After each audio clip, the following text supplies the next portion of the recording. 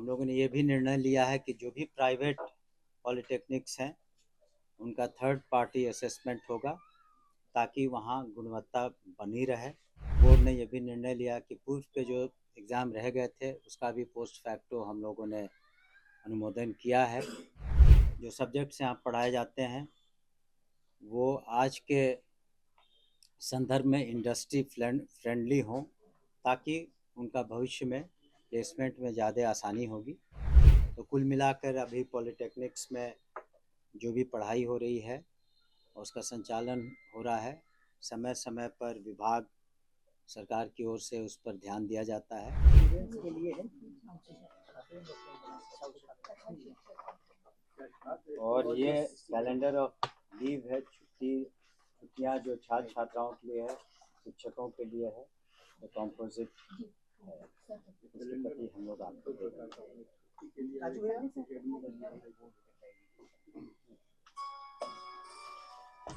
आप सभी का इस प्रेस कॉन्फ्रेंस में स्वागत है। जो पॉलिटेक्निक्स प्राइवेट और सरकारी हैं उनका संचालन हम लोग करते हैं, उसका रिजल्ट्स के बारे में भी अभी आपको बताएंगे और सस्टेनेबिलिटी अवार्ड भी यहाँ के संस्थाओं को मिला है। और साथ ही साथ इंस्टीट्यूशन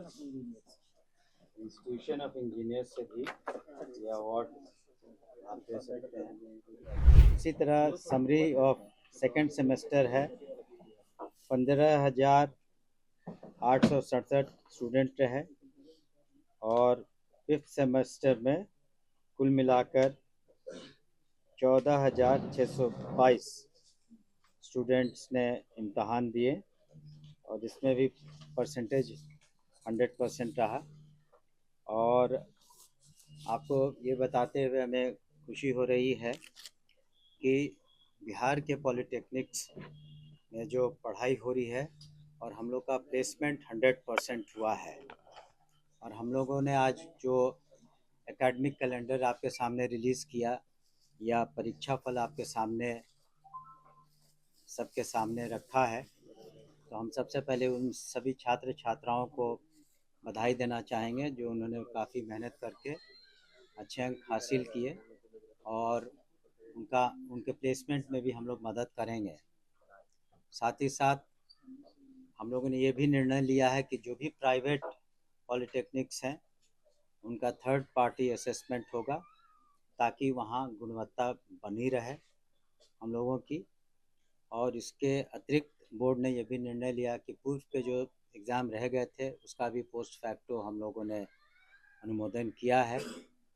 और साथ ही साथ हम लोगों ने ये भी हमारी कोशिश रहेगी कि जो सब्जेक्ट्स यहाँ पढ़ाए जाते हैं वो आज के संदर्भ में इंडस्ट्री फ्रेंडली हों ताकि उनका भविष्य में प्लेसमेंट में ज़्यादा आसानी होगी।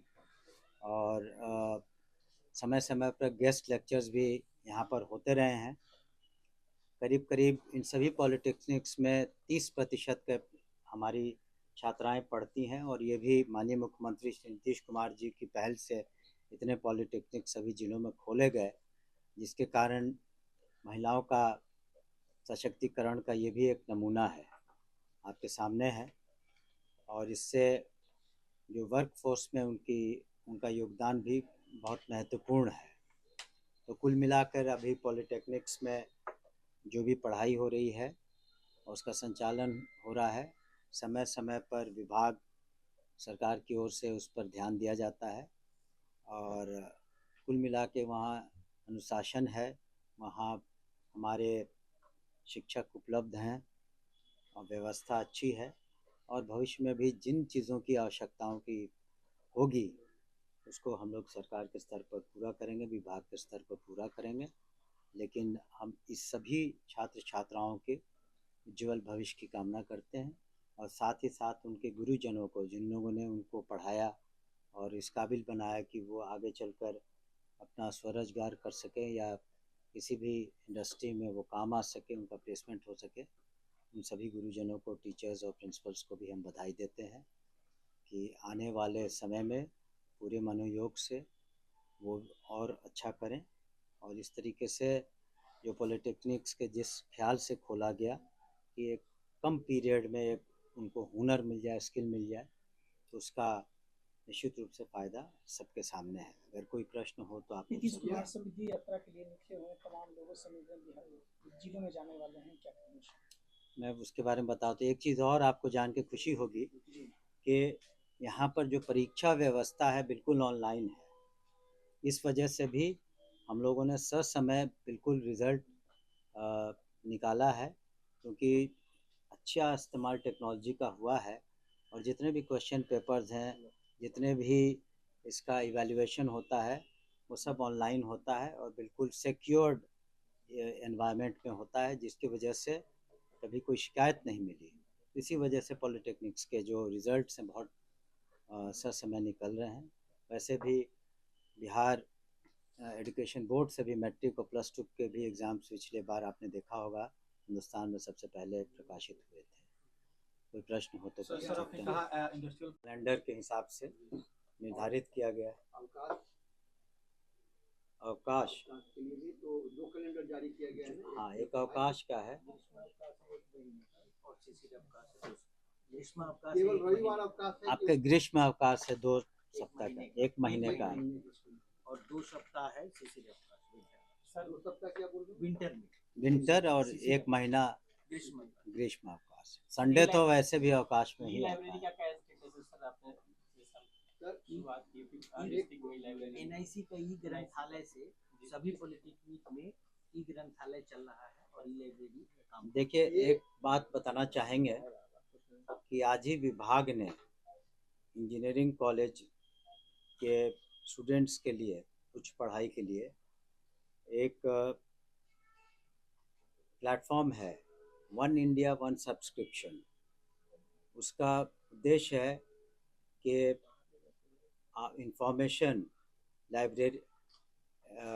लाइब्रेरी इंफॉर्मेशन जो प्लेटफॉर्म है वो सभी इंजीनियरिंग कॉलेज के स्टूडेंट्स को उपलब्ध रहेगा। उसमें 13,000 से ज़्यादा जर्नल्स और research papers national international importance के इंफॉर्मेशन लाइब्रेरी जो नेटवर्क है उस पर उपलब्ध रहेंगे। तो उसके तहत भी वो ई प्लेटफॉर्म पर इसका फ़ायदा इंजीनियरिंग कॉलेज के स्टूडेंट्स को भी होगा। उसी तरह से हम लोग भी यहाँ पर ई लाइब्रेरी, जैसा कि आपको अभी बताया गया, ई ग्रंथालय वो है ऑनलाइन चालू किया जाएगा।